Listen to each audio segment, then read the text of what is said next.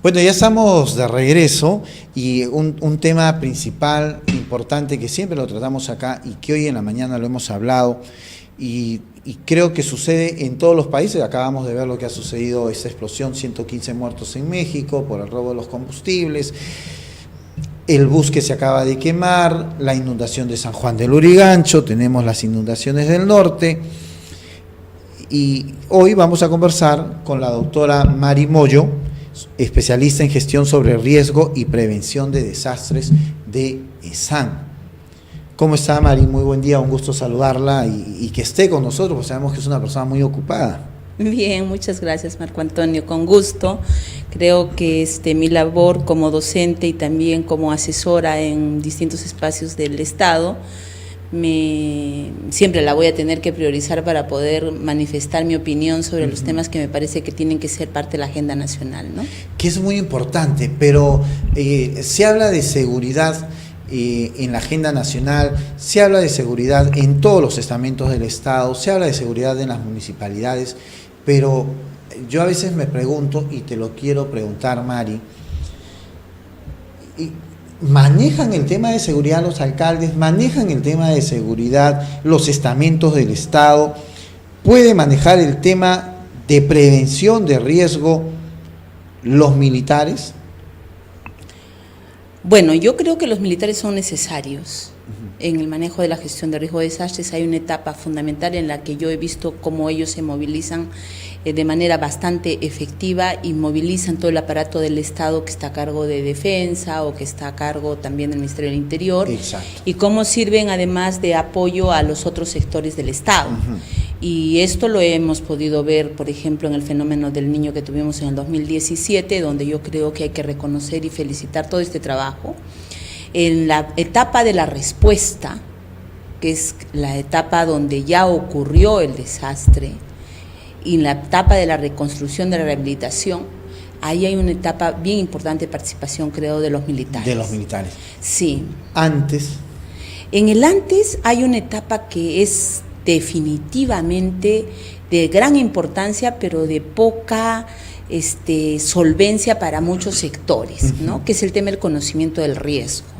El conocimiento del riesgo en la parte preventiva es la parte de la prospectiva en la gestión de riesgo de desastres, donde uno tiene que conocer no solamente los peligros, porque las instituciones científicas como el Instituto Geofísico del Perú, el CENAMI, IMARPE, el DHS, o sea, todos estas instituciones que manejan información científica sobre los peligros naturales, sobre todo, ellos están investigando y siento que están avanzando sobre este tema. Incluso Exacto. Yo he publicado en el mes de noviembre, junto con el IGP, un libro sobre gestión del conocimiento científico con valor social en la gerencia pública, y esto apunta un poco a definir qué hay que hacer para que el conocimiento científico tenga uso y le beneficie a cada uno de los ciudadanos, porque el país invierte mucho en investigación en estas instituciones. Exacto. Esa parte, cómo se usa por distintos actores, porque no solamente son las autoridades.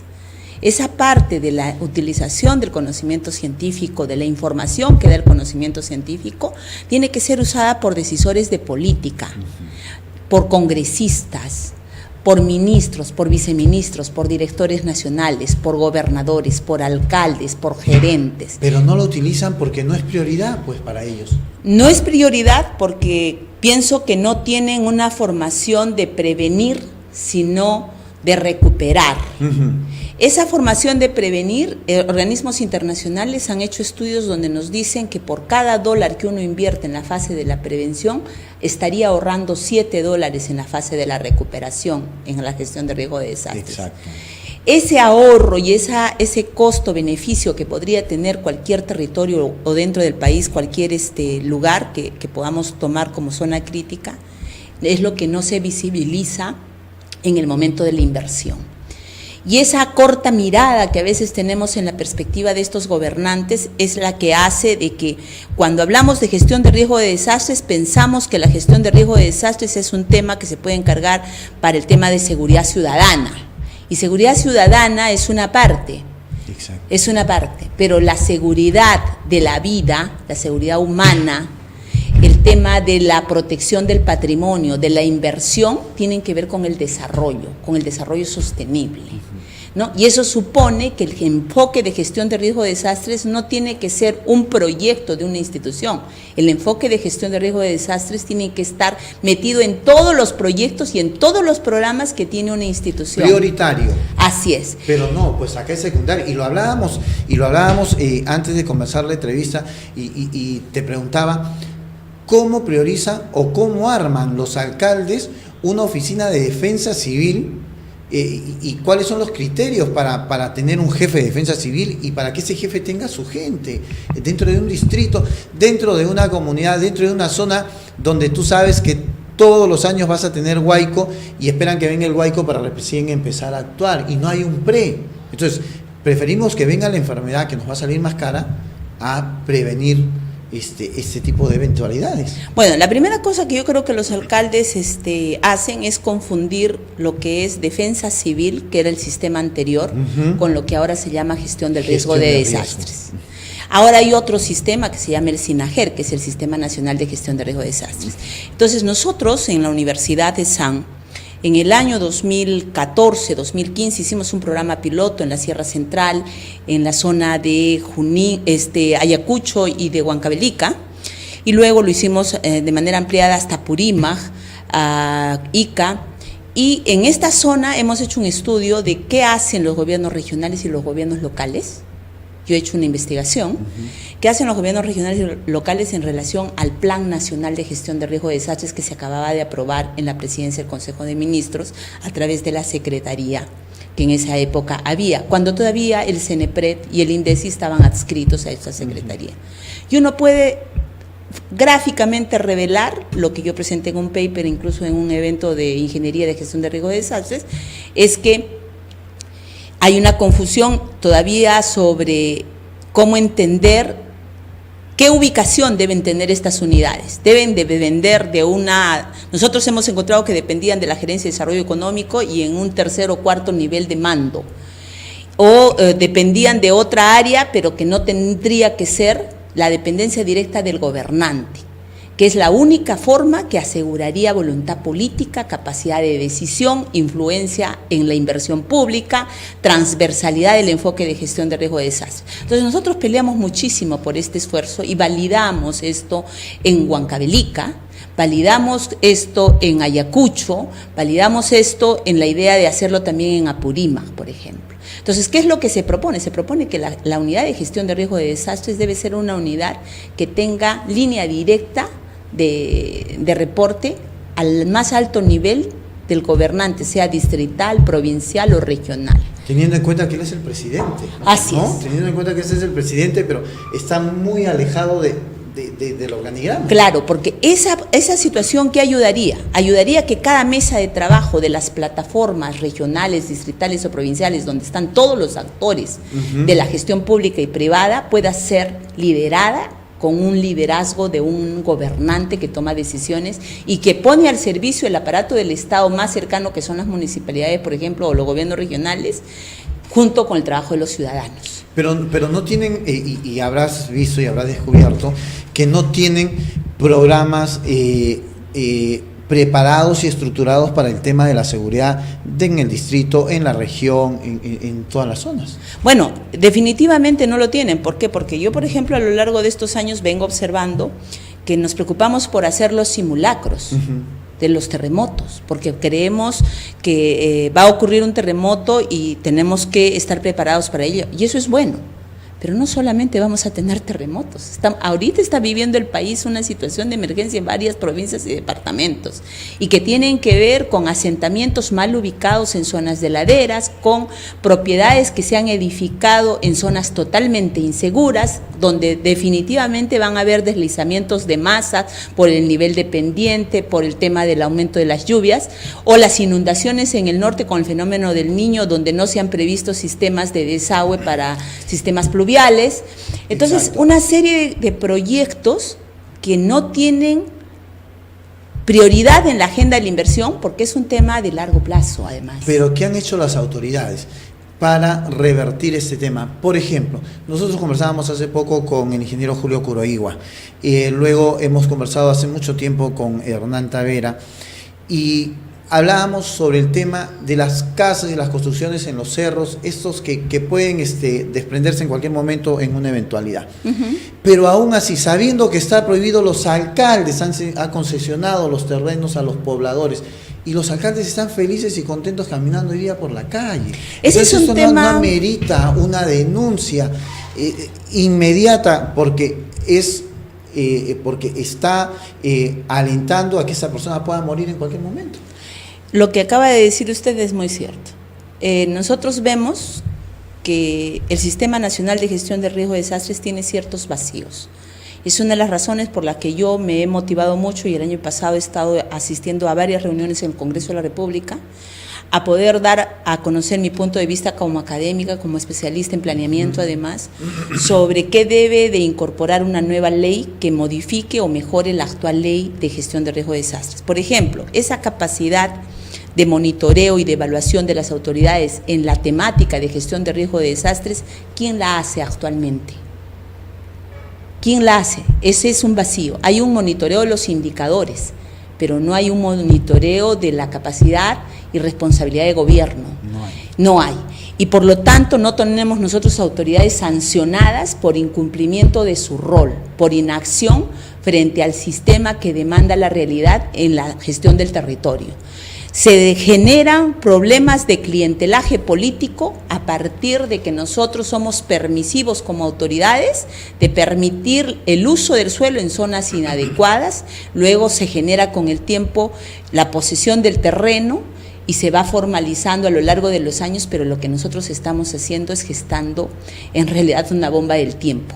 ¿Por qué? Porque en cualquier momento esas zonas que no deben ser habitadas van a ser afectadas por alguno de los eventos naturales, como por ejemplo las lluvias que generan deslizamientos. Huayco de Chosique y la gente sigue en la misma Así zona. Es, ¿no? Entonces ahí hay otro componente de la gestión de riesgo, ya no solamente es el conocimiento del riesgo, es también el tema correctivo. ¿Cómo corrijo?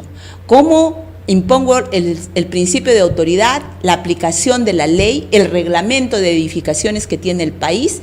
¿Cómo esos elementos o instrumentos se llevan a la práctica? ¿Qué tiene que hacer para que esto se cumpla las autoridades locales? Tienen que tener un equipo altamente calificado, que no solamente tiene que estar en la unidad de gestión de riesgo de desastres, tiene que estar también en el área de desarrollo urbano. Desarrollo urbano, exacto. Que es quien concede, por ejemplo, no solamente las habilitaciones y desarrolla toda una propuesta para la zonificación, sino que también es quien concede las licencias de funcionamiento de construcciones o de establecimientos, como por ejemplo en este caso de Apurímac, donde hemos tenido el tema de un hotel. O sea, yo creo que si funciona un hotel no es porque el hotel se abrió solito, alguien le dio la licencia. Pero alguien permitió la construcción. Pero mira las construcciones irregulares que tenemos en todo Lima. Entonces, ¿quién supervisa eso? Cuando el alcalde pasa y esa construcción, o sea, ¿de dónde salió? ¿Quién es el órgano ejecutor de decir, bueno, que lo has dicho, que es esta Oficina de Desarrollo Urbano de la Municipalidad de Lima, pero ¿cuánto puede funcionar en un distrito? Ahora, si no funciona aquí en Lima, imagínate en el interior del país. Así es. Si uno recorre el país, yo acabo de estar hace pocos días en Pucallpa, vengo de allí, justamente llegué a hablar con el alcalde de Macicé en Pucallpa y ese día se inauguraba la conformación de la plataforma de gestión del riesgo de desastres y nosotros hemos hablado allí sobre todo este tema de acceso al agua, por ejemplo, porque los desastres no solamente son naturales, no solamente son de origen natural, por fenómenos naturales, claro, porque los desastres no son naturales. Los desastres también tienen un origen antrópico, que es la mano del hombre. El ocupar terrenos como los de Apurímac, esa es una acción del hombre. El tema de San Juan del Lurigancho, donde tenemos el tema de cómo se han construido los sistemas de drenaje, es otra acción del hombre. Son decisiones políticas y técnicas que han sido tomadas en un momento dado y que tienen un impacto a lo largo del tiempo. En el tema de San Juan del Lurigancho, hoy día se quiere culpar a la línea del Metro 1, al tren, y quiere excluirse del problema a Sedapal. Entonces, ¿se pudo prever este tema? ¿Se pudo prever este desastre? Yo creo que sí se pudo prever, entendiendo de que yo no soy ingeniera civil, no soy ingeniera de estructuras, yo he estado en la zona al día siguiente que ocurrió el problema. Estuve recorriendo la zona y he tenido algunas entrevistas con técnicos de algunas de las instituciones implicadas, y lo que yo tengo claro es que el caudal que tiene este canal colector de los sistemas de desagüe tenía una dimensión mayor al que después se le arregló, y eso ha generado un sistema de presión y ha generado un sistema de colapso de la tubería. Ahora, toda esta tubería tiene más o menos una extensión, hasta donde tengo entendido, menos de 500 metros, pero en una sola parte es donde se ha producido la avería. La pregunta es, ¿en qué otra zona más se va a producir? Porque no es la única zona. ¿Y en qué otras zonas que todavía no han sido modificadas, como por las obras del metro, y que tenemos sistemas parecidos, se va a desencadenar un problema mayor?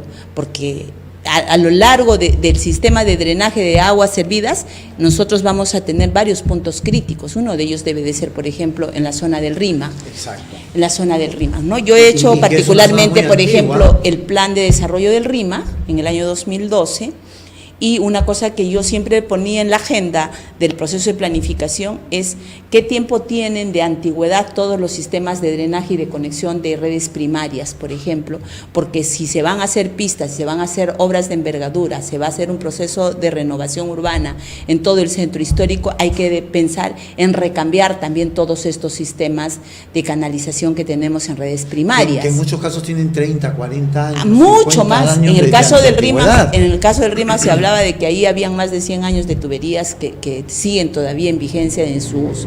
Entonces, el país creo que tiene que empezar un proceso de mirar qué hay que hacer para prevenir, qué hay que hacer en el proceso de planificación cuando uno planifica obras de gran envergadura, como por ejemplo el tema de la línea del metro. ¿Qué tipos de suelos tiene esa zona para ver el tema de la resistencia de los materiales? Y eso, ¿quién lo tiene que dar? Los especialistas.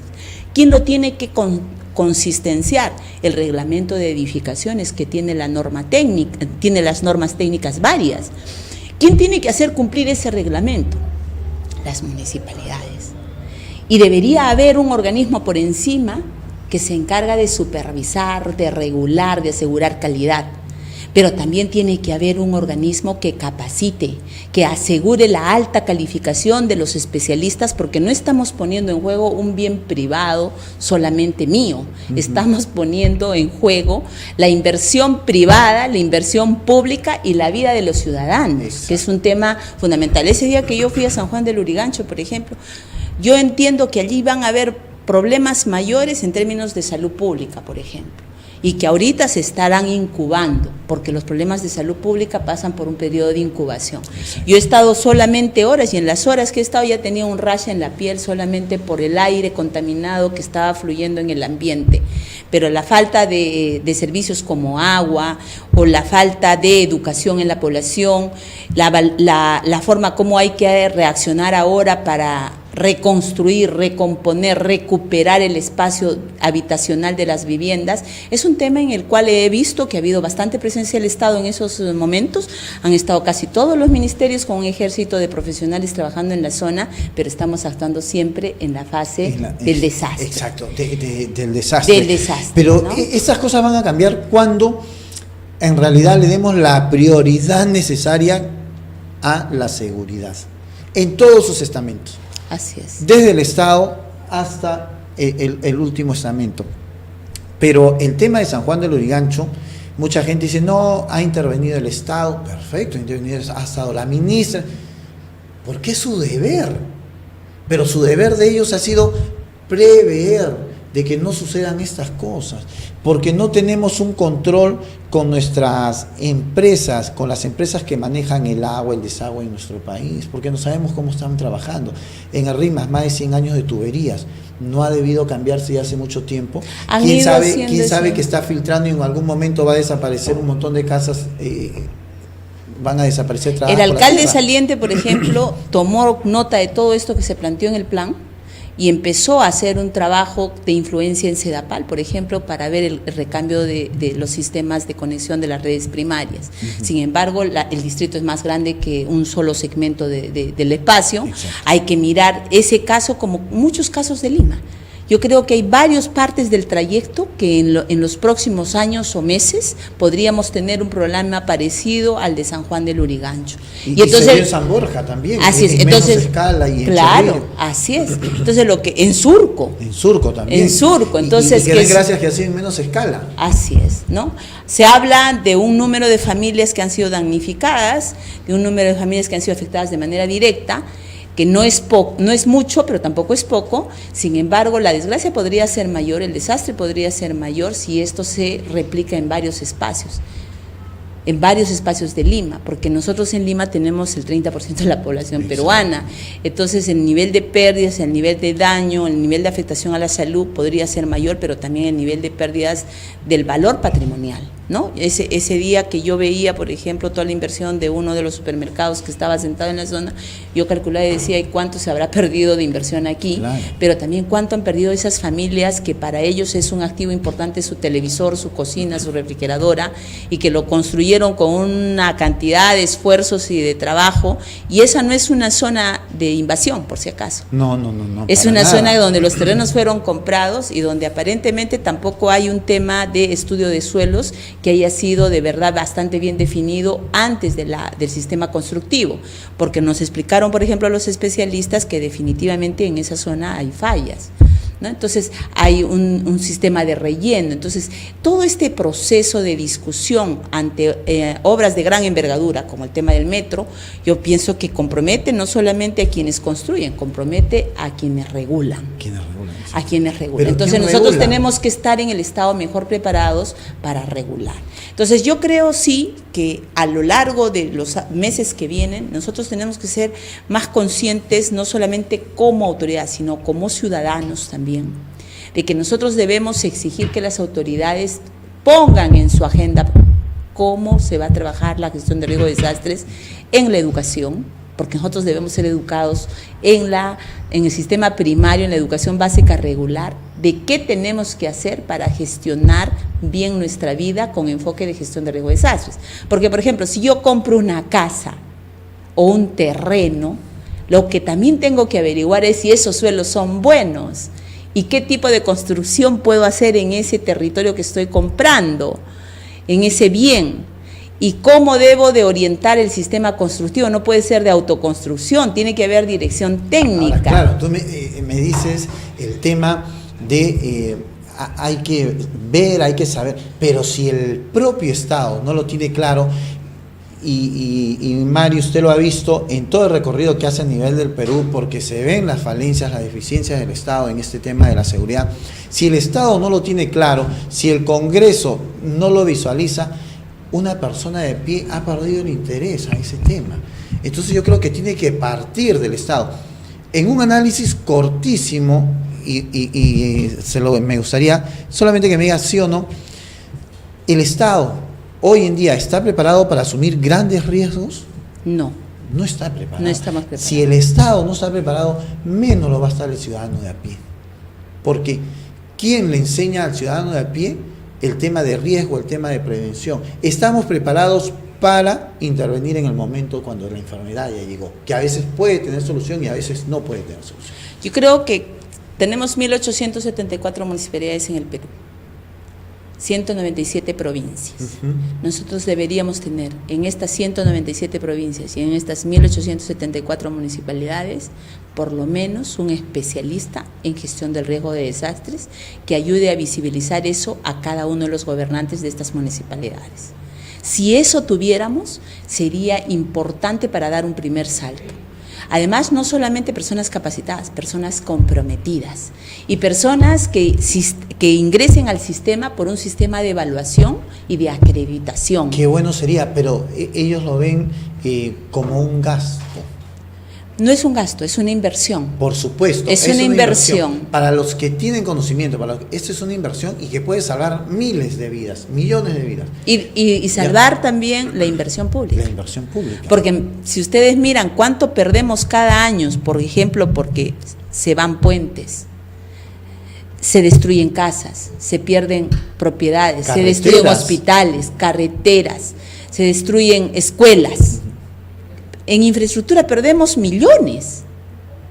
Un trabajador en cada municipalidad capacitado y que trabaje con un equipo que también está comprometido con este tema, las áreas de desarrollo urbano, los gerentes de desarrollo urbano, los gerentes de planificación y presupuesto, trabajando en equipo, con un alcalde que mire el territorio con enfoque de desarrollo territorial, con enfoque de desarrollo sostenible, con capacidad de conducir un grupo de instituciones, de insertar un sistema educativo que logre involucrar a la población, que logre involucrar a la empresa privada, nosotros podríamos avanzar mucho, pero ese es un trabajo de todos los días. No solamente cuando aparece la época de lluvias, cuando aparece el verano, cuando se dan los deslizamientos, recién nosotros tomamos en cuenta que hay que hablar de gestión de riesgo de desastres. Incluso la prensa. Exacto, llegó el fenómeno del Niño, vamos a limpiar y a descolmatar los ríos. Cuando ya tienes las lluvias encima, cuando el Huayco puede llegar y se puede llevar tu maquinaria, como ha sucedido en varias zonas. Entonces, no somos un país preventivo, no somos gente preventiva, lamentable, y esto tiene que cambiar. Mario, no hay tiempo para más. Realmente ha sido un gusto tenerte acá y esperamos que esto sea mucho más seguido, porque se habla de que el fenómeno del Niño puede llegar en el mes de febrero. Que puede llegar, ¿no? No hay una posibilidad, pero que puede llegar, pero también hay que ver cuán preparado pueden estar las zonas costeras y el norte de nuestro país, ¿no? Que no está preparado. Necesitamos trabajar mucho, primero en sensibilizar a la gente y en organizarnos. Los planes de preparación tienen que funcionar, porque eso puede generar la diferencia entre la vida y la muerte para muchas personas. Exacto. Pero lo otro que también necesitamos es trabajar en corregir la vulnerabilidad. Y un tema del cual sí me gustaría en algún momento venir a hablar y explayarme un poco es el tema de cómo reducir vulnerabilidad. Yo vengo trabajando ahora como asesora de Censico, por ejemplo, soy asesora de alta dirección, y nosotros estamos generando toda una reforma en la institución para poder proveerle al país un sistema de formación donde no solamente capacitemos albañiles que ya están trabajando como albañiles, sino que formemos especialistas en la industria de la construcción y que estos nos ayuden a generar una cantidad de propuestas tecnológicas para mejorar lo que es vivienda y reducir vulnerabilidad. Vulnerabilidad es que es terrible, ¿no? Y olvidarnos de llamar al compadrito para que nos levante la casa, ¿no? Sí, mira, hay una fórmula que hay que aprender para entrar a hablar de este tema y que eso lo tienen que aprender los alcaldes. ¿Qué es el riesgo?